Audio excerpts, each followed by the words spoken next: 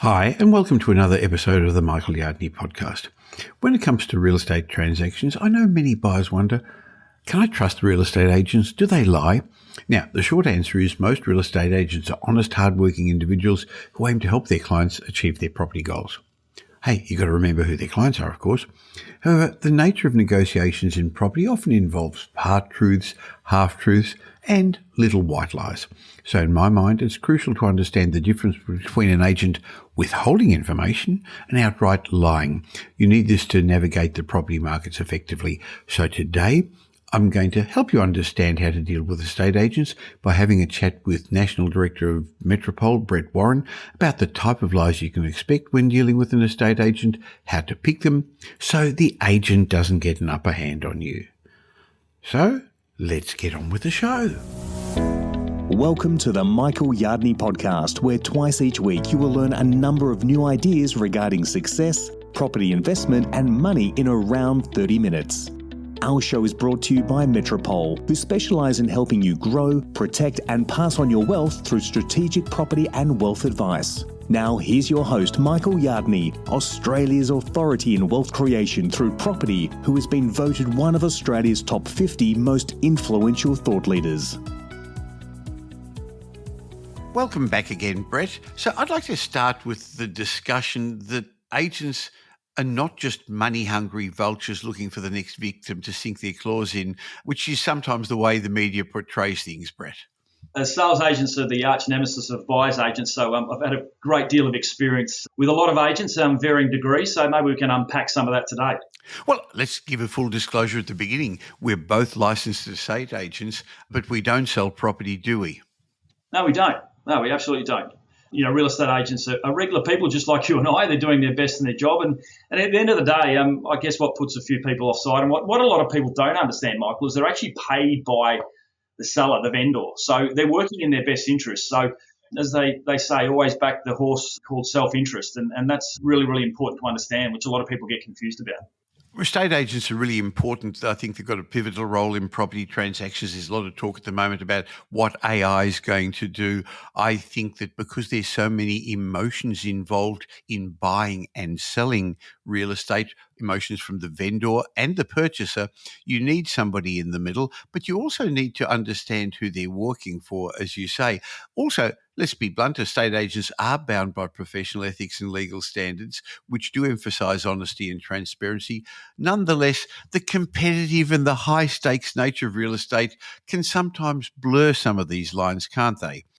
They absolutely can. We see that on many occasions. Well, there's the topic that I said in the introduction was, do estate agents lie?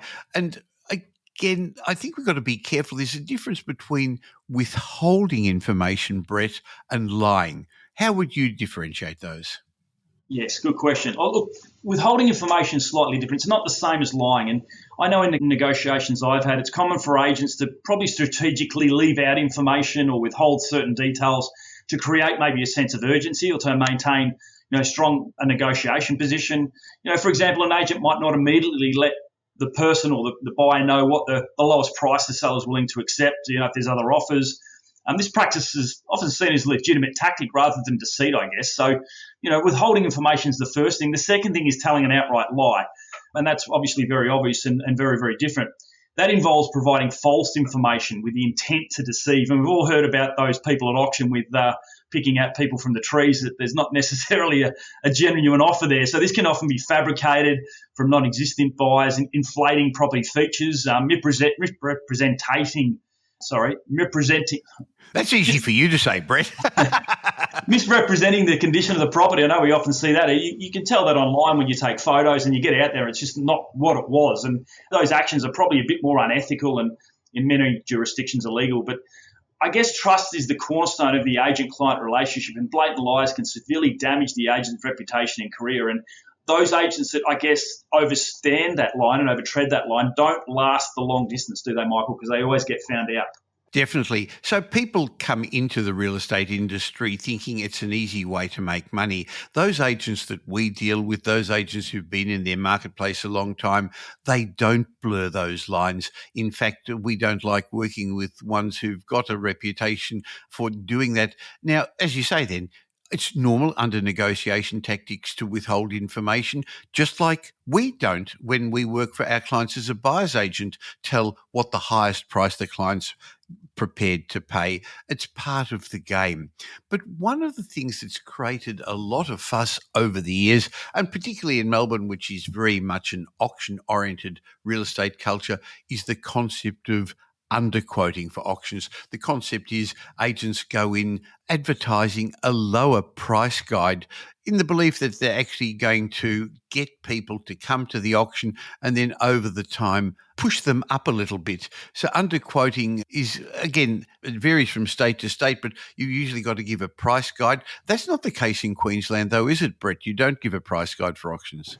No, we don't actually. There's a price guide on the guide on the realestate.com app, but there's also what the agent will put forward. And as you pointed out there, Michael, the idea is to create as much emotion, create as much competition on the day, because emotions, when people get carried away and they want desperation, they want fear of missing out, they want to kind of whip up a frenzy and create that environment. So the lower they can get away with underquoting and putting a price, the more people they're going to have there, the more competition. That's generally the idea and the concept behind that lure of bringing people in. There was an old saying in real estate, quote it low, see it go, quote it high. I can't remember what the end of it is. I think it was watch it die.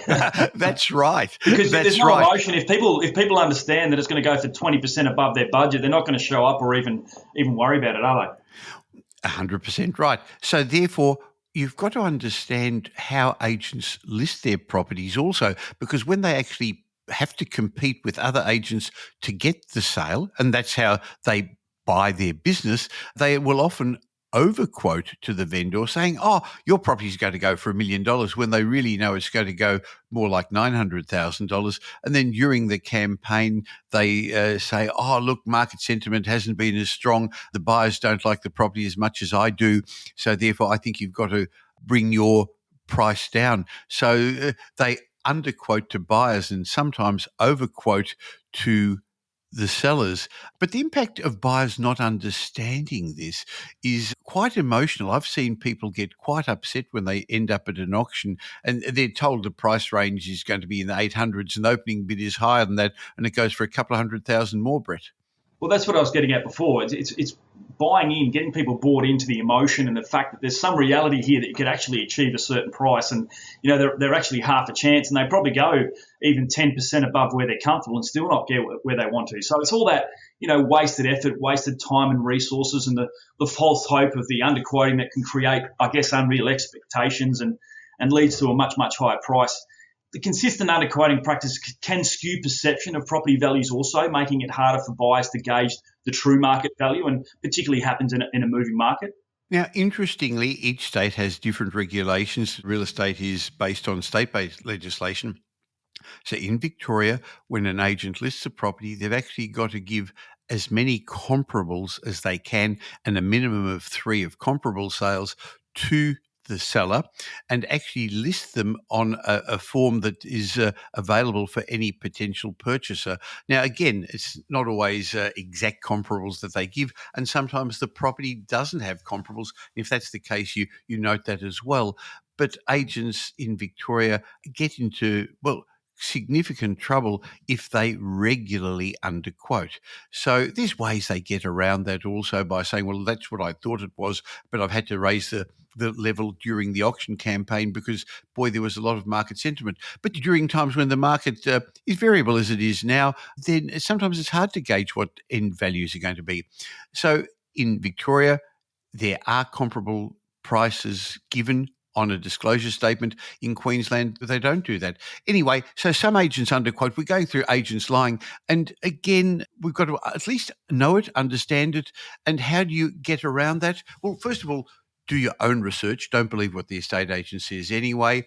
Ask the agent, how did you arrive at the price? Hey, you've given us a price guide, but I'm not really sure they're comparable properties.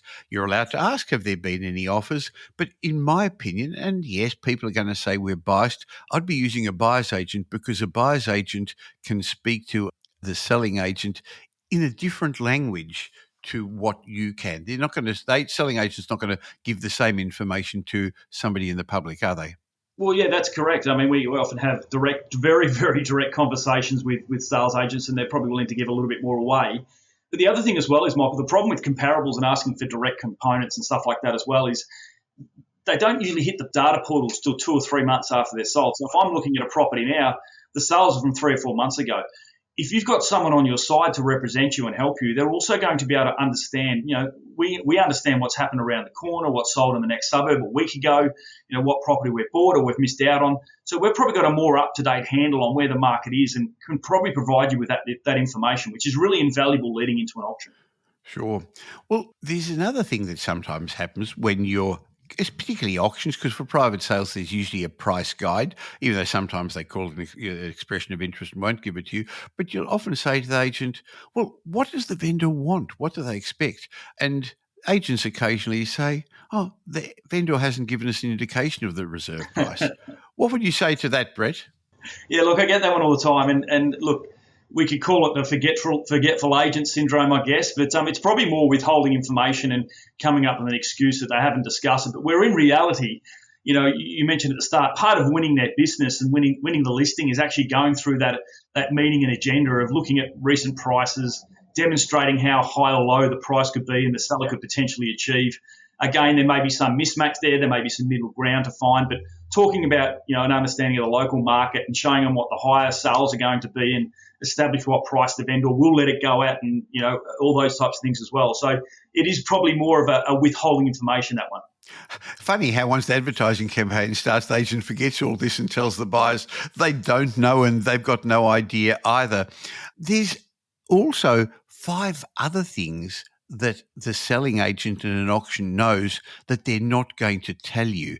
And so that's in many ways why I believe you need to have a professional buyer's agent on your side. Now, the buyer's agents at Metropole are ex-estate agents, so they've actually worked through all this and seen it from the other side as well. But a couple of things, for example, the agent's not really going to tell you why the vendor is selling.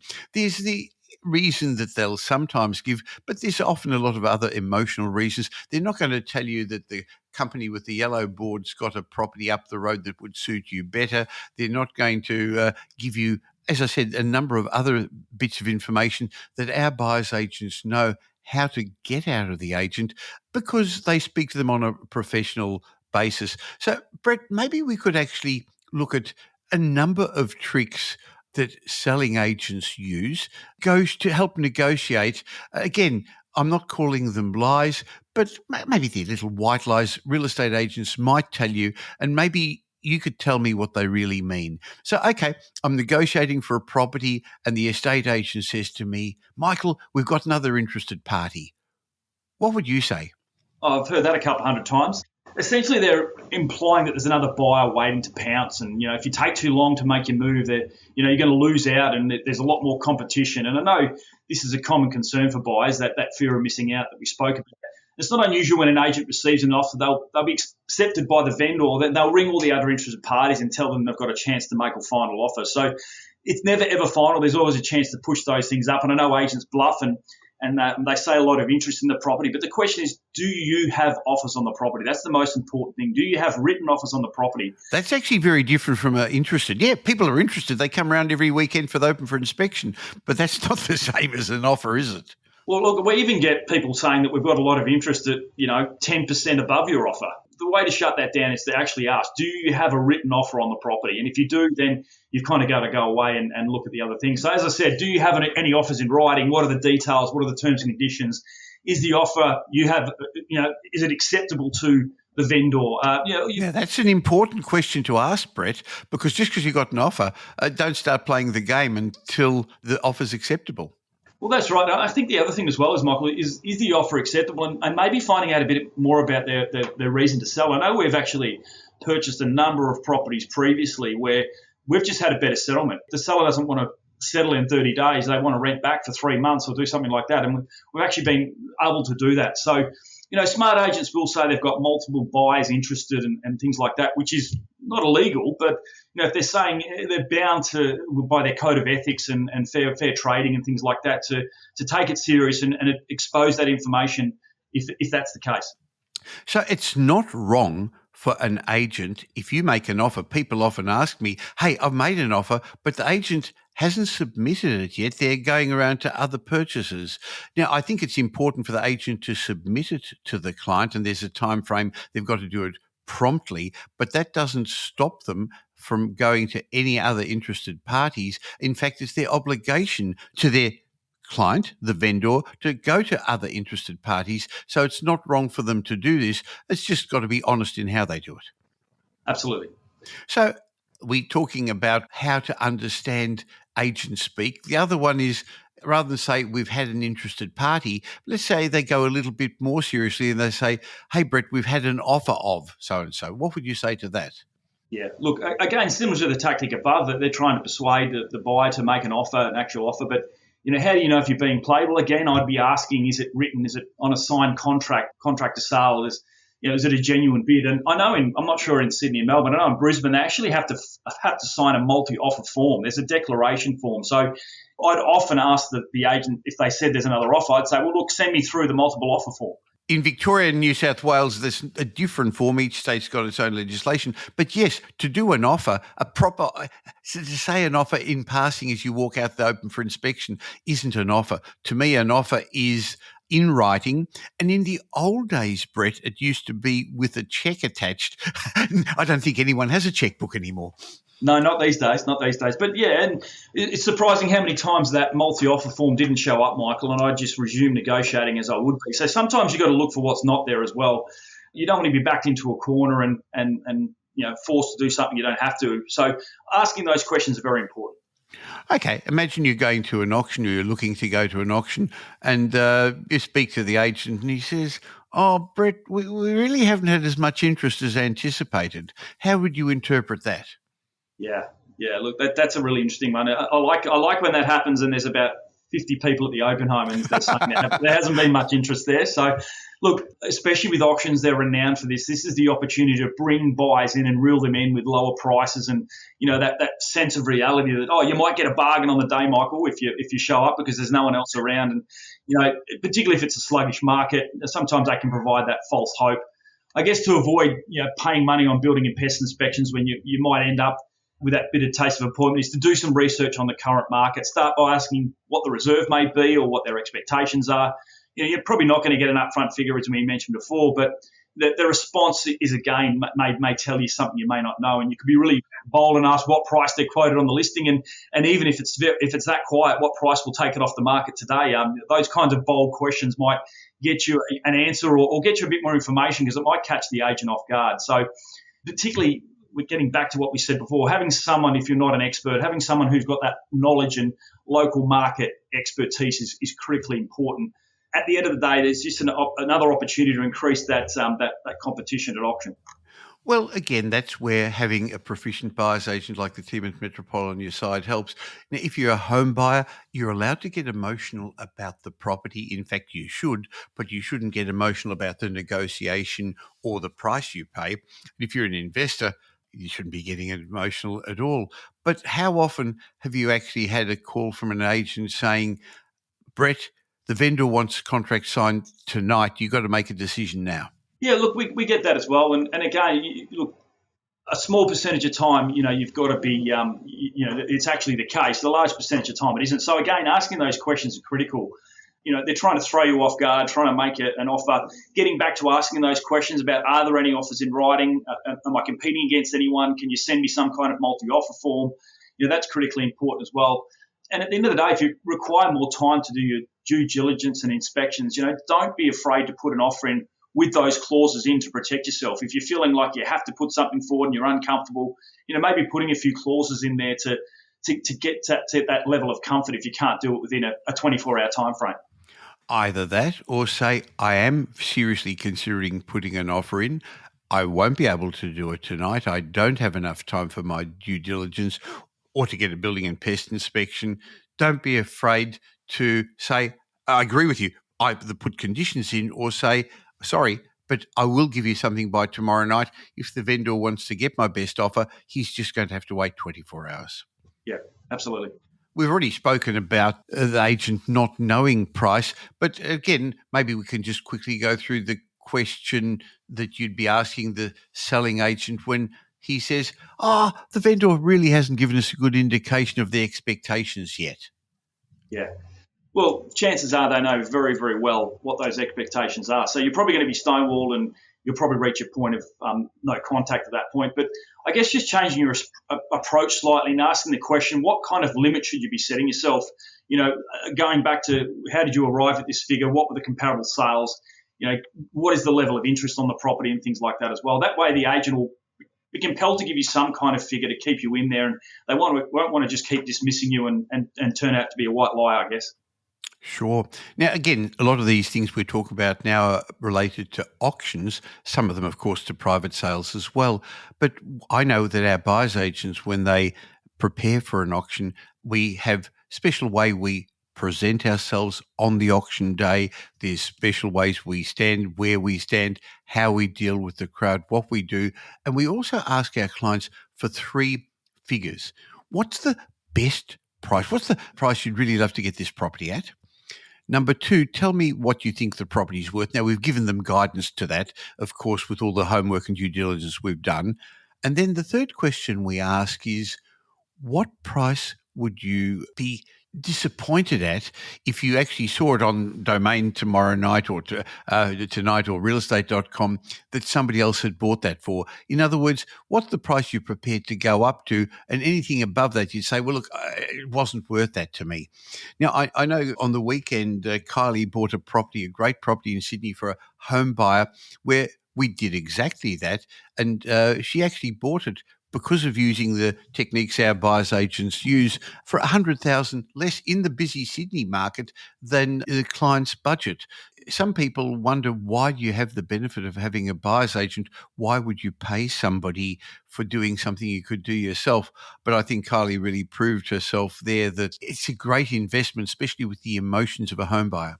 Well, yeah, and look, if you've got a really, really good buyer's agent and you watch them bid at auction, they're worth their weight in gold because they can control the auction. They can take the power away from the sales agents and I guess quell that early competition, knock out most of the emotion early and get down to the serious bidders straight away.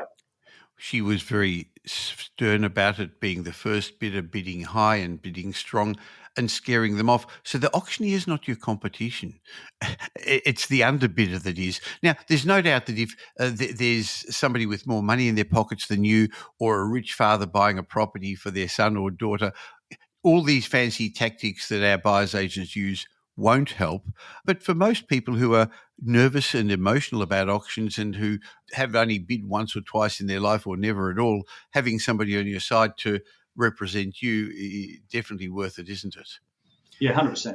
Now, sometimes you go to get ready to go to an auction and the agent says, look, don't wait till next Saturday. We're happy to present any offer prior to the auction. How would you respond to that? Yeah, look, this strategy is really about the agents and probably conditioning the sellers. As you mentioned before, they may have come back and said that they want $1 million, and sorry, all of a sudden we're getting offers at 800,000 or 850. So I think the best we can hope for is 900, which is probably where they wanted to be to begin with. So, look, that's generally what's going to happen with those kinds of offers. If people are committed, they've paid the fees, they've paid the marketing, they've got a date, then it's very highly unlikely, particularly if it's early in the campaign. If you're 4 weeks out from an auction, it's highly unlikely that that's going to be the case. As you get closer, I guess it's gauging that interest, looking at levels and, maybe putting an offer forward, but not your absolute max best offer, because then you're kind of giving the game away. You are, aren't you? You're showing your hand. Yeah, which is what is kind of against what you want to do. But there's nothing wrong with, I guess, testing the water, but you'll know pretty quickly if the agent's bluffing or not. Definitely, sure. So don't let them talk you into it. Similarly, on auction day, they'll often say, hey, make one extra bid and you're going to put the property on the market. No, don't do that. Don't help them, because as soon as you do, somebody else is going to suddenly come in and start bidding again. Now, sometimes agents say things like you don't need a solicitor to look over the contract. Of course, while we look at contracts all day and understand them, we always get a solicitor, not a conveyancer, but a solicitor to check the contracts prior to making an offer for an auction, because auctions are unconditional. What would you say if a solicitor said, you don't need a solicitor, or don't worry about including that special clause, the vendor is going to be fine with that? If the agent's saying that, they're probably, I guess, bordering on a white lie, aren't they? But look, 100%, you've got to do your due diligence. You've got to make sure the contract's been looked over by a solicitor. If you're agreeing on any clauses, put them in the contract so they're in the contract. It's amazing how forgetful agents are after the auction, that they don't remember talking about it, or the agents disagreed, or the vendors disagreed. So I would 100% get a solicitor to look at it. Likewise with building and pest inspections and all those finance types of things, you've got to be ready to go. You've got to have everything in writing, and you've got to be 100% comfortable with what you're putting forward. Otherwise, you could be in trouble afterwards, because it's such a final decision at auction, isn't it? There's no recourse there. Very much so. And again, also for private sales, you've got to do your due diligence. It's done differently in different states. In Queensland, you've got time to do the due diligence. After signing a contract in Victoria, you get a vendor statement. So each state has different levels of vendor disclosure. And if you don't understand that, you can be in for some unusual, unfortunate surprises. That's again why it's important to have somebody representing you. Now, some people would say, all this makes agents sound really terrible. No, it doesn't. This is just part of the negotiating game. And agents in general are out to help their clients get the best price. They don't get a lot more commission for if they get $100,000 more for their vendor or not. So I think it's really just because most good agents are professionals wanting to do a good job, wanting to do the right thing by their client, also wanting to get known in the community that, hey, they got a good price. No agent wants to be known for the person selling properties at a bargain. So I believe that in today's market, if the vendor has a professional who every week learns negotiating tactics and once or twice a year goes away for long weekends training about how to negotiate smartly and how to do the best for their client, I think it's really important to have somebody on your side, whether you're a home buyer or an investor, representing you, leveling the playing field. They're absolutely trained professionals. This is what they do for a living. They eat, sleep, and breathe negotiation, and I don't want to say deception, but I guess making sure that a good agent will actually make the buyer believe that they're working for them as well. And I think that's really a benefit for most of those top agents, that they understand that, and they know how to. I guess they're trained to do that. Yes, they are. So I believe having a buyer's agent on your side, I know we're biased, I believe having a buyer's agent on your side, well, at least you level the playing field. But if you have a professional buyer's agent on your side, it actually does more than level the playing field. It tips it in your favour. As we mention regularly, the property that you eventually purchase should be the physical manifestation of a whole lot of decisions you've made. So whether it's and made in the right order and made them before you go out to start buying the property. So even if it's your home, I think it's important to do a level of homework and due diligence and understanding what you should be buying, where you should be buying, when, and if it's an investment, even more so. And that's what the team at Metropole specialise in. So we're much, much more than just another buyer's agent. We help our clients safely outperform the markets by giving strategic property and wealth advice. We help our clients build intergenerational wealth through planning to become the people they plan to become and understanding how in this challenging market, because even though there aren't as many properties for sale at the moment, or maybe because there aren't as many, there's not as many good properties for sale. And even though the market's not booming like it did a couple of years ago, good properties are moving very quickly at the moment, aren't they, Brett? Well, they are. They're just in such short supply, and there's still quite a large group of buyers out there. So, that supply and demand is really skewed one way at the moment. Very much so. So if you're looking to get into the property market, either as a home buyer or as an investor, and we help a lot of home buyers at Metropole, go to metropole.com.au. I'll leave a link in the show note and just have an obligation-free chat with one of our wealth strategists to discuss your options. It doesn't matter where you are in your journey. We help beginning investors. We're mainly helping more experienced investors, and we've got a group of high net worth clients with very significant budgets that we help as well. And it's not just property, but with Metropole Wealth Advisory, property management, renovations, construction. We've got a range of services we could help you. I don't know which would suit you. In fact, I don't know if any would suit you. And if they won't, we'll honestly tell you that as well. Brett, so the conclusion is many agents withhold information and tell little white lies as part of the negotiating game? Yeah, it all is a game, Michael. As you pointed out, it all is a game. Sadly, there are a small group that probably cross that line, but the majority of agents are, working in both parties' best interest. They're just trained to probably skew it one way and work in the best outcome for the seller. Fantastic. Well, look forward to catching up with you again real soon. It was fun getting your insights into Do Agents Lie? It was good to share. Thanks.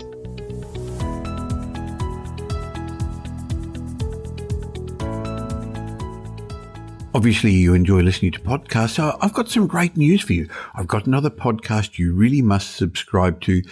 The weekly show I'm now conducting with Simon Kirstenmacher called Demographics Decoded, where we unveil the trends shaping your future.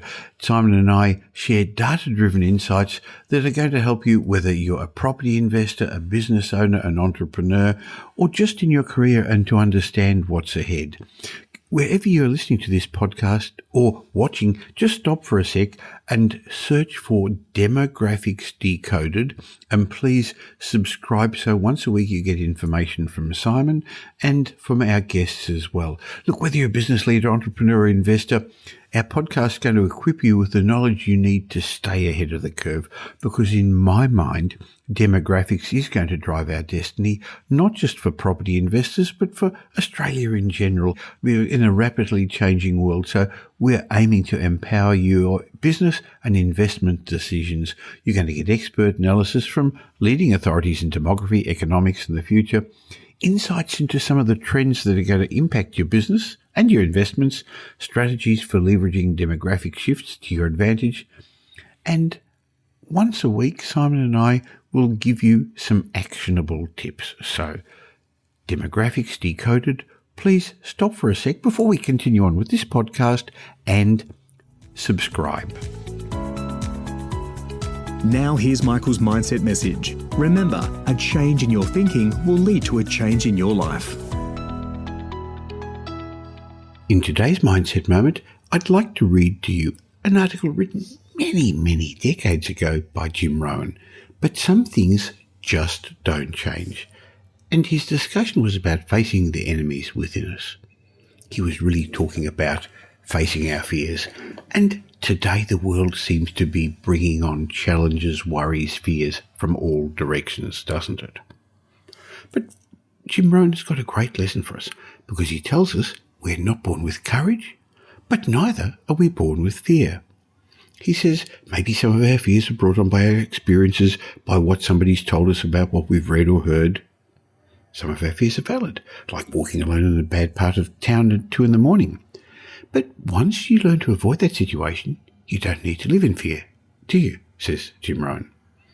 Fear, even the most basic ones, can totally destroy your ambitions. Fear can destroy your fortunes. Fear can destroy your relationships. Fear, if unchecked, can destroy our lives, said Jim Rohn. Fear is one of the many enemies lurking inside us. Let me tell you about 5 of the other enemies we face from within, said Jim Rohn. The first enemy that you've got to destroy before it destroys you is indifference, taught Jim Rohn. What a tragic disease this is. Oh, harm, I'll let it slide, I'll just drift along. Here's one problem with drifting. You can't drift your way to the top of the mountain. Now, the second enemy we face within, according to Jim Rohn, is the enemy of indecision. Indecision is the thief of opportunity, of enterprise, said Jim Rohn. It'll steal your chances for a better future. Take a sword to this enemy, said Jim Rohn. The third enemy inside us is doubt. Sure, there's room for healthy skepticism. You can't believe everything nowadays, can you? But also, you can't let doubt take over. Many people doubt the past, they doubt the future, they doubt each other, they doubt the government, they doubt the possibilities, they doubt the opportunities. Worst of all, they doubt themselves. Jim Rohn said, doubt will destroy your life and your chance to success. It'll empty both your bank account and your heart. He said, doubt's an enemy, go after it, get rid of it. The fourth enemy Jim Rohn warns us about is the enemy of worry. We've all got to worry sometimes. Just don't let it conquer you. Instead, just let it alarm you, said Jim Rohn. Worry can be useful. If you step off the curb in New York City and the taxi's coming, you've got something to worry about, said Jim Rohn. But you can't let worry loose like a mad dog that drives you into a small corner. Here's what you've got to do with your worries. You drive them into a small corner, said Jim Rohn. Whatever's out there to get you, you've got to get it. Whatever's pushing on you, you've got to push back. And the fifth enemy Jim Rohn wanted to warn us about is the enemy of over-caution. It's the timid approach to life, because timidity is not a virtue, it's an illness. If you let it go, it'll conquer you, according to Jim Rohn. Timid people don't get promoted, they don't advance and grow, they don't become powerful. You've got to avoid over-caution. Do battle with the enemy, do battle with your fears. So Jim Rohn teaches us to build your courage, to fight what's holding you back, what's keeping you from your goals and your dreams. He says be courageous in your life and in your pursuits of things, in pursuit of the things you want and becoming the person you want to become. Some great words of wisdom from one of my mentors, Jim Rohn.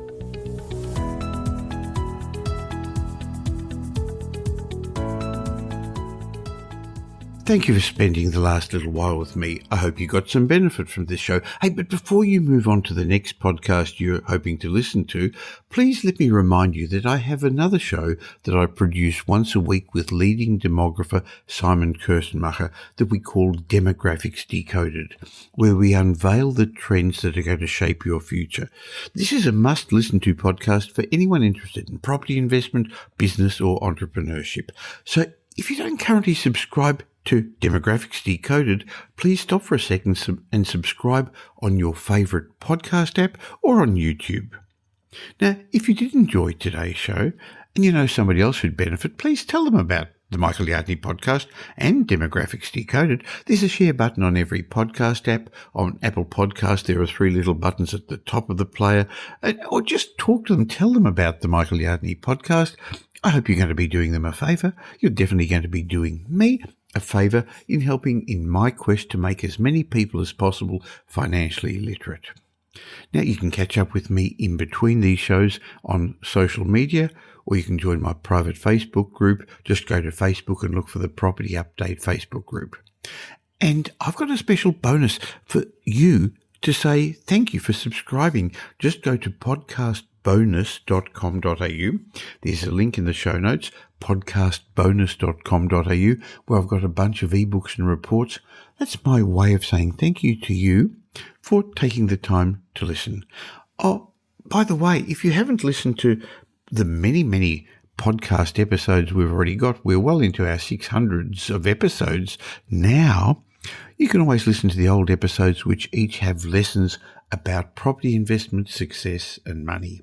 Once again, thanks for listening to today's show. Thanks for listening to this episode of the Michael Yardney podcast, which was brought to you by Metropole, who help their clients grow, protect and pass on their wealth through strategic property and wealth advice. If you like what you heard and don't already subscribe, you'll find us on iTunes or on your favourite Android app as the Michael Yardney podcast. Watch out for our next show, which comes to you twice a week, and you'll learn some new ideas about property investment, success and money in around 30 minutes. To get more of Michael's thoughts, go across to www.propertyupdate.com.au and sign up for his daily morning briefing, and you'll hear from not only Michael but a group of leading property success and money experts. And just a reminder that the information you heard in this show today is general educational advice and not specific investment advice, as we don't know your personal circumstances. If you're looking for specific advice, why not ask the team at Metropole to help you?